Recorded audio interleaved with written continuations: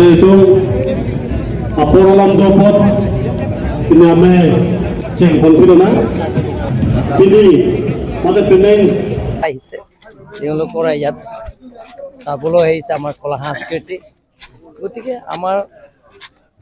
ভাৰতৰ ভিতৰত অলৱেজ আমাৰ এথনিক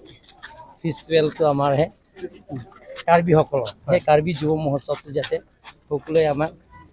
আশীৰ্বাদ দিয়ে আমাক যাতে সেই 4 দিন কাৰ্যসূচী সকলোৱে সহায়তা কৰে